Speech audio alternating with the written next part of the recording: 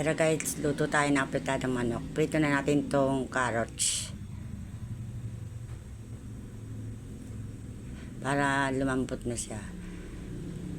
Ngayon lalagay natin yung patatas. Para magsabay na rin silang lalambot.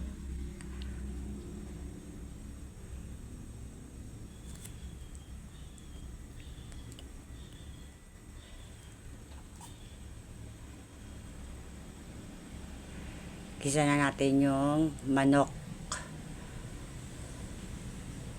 Natira pang patatas eh. Lagay ko na yung green paper.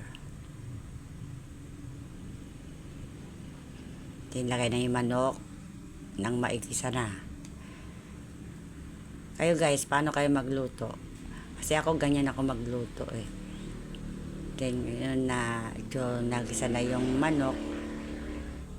Tapos konti laganan sabaw para medyo lumambot-lambot pa talagang sure yung manok natin na hindi hilaw. Patuyuan naman natin konti. Then ngayon tuyo na, timplahan ko na ng paminta.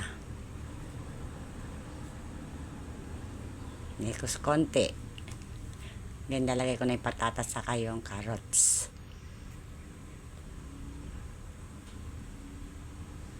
Nilagay ko na yung pang sauce ng pang apritada.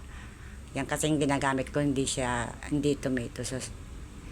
Yan ang ginagamit ko. Kayo guys, anong ginagamit nyo? Bago lagyan na natin ng asin. Konting asukal. Diba? Luto na yan guys. Masarap yan.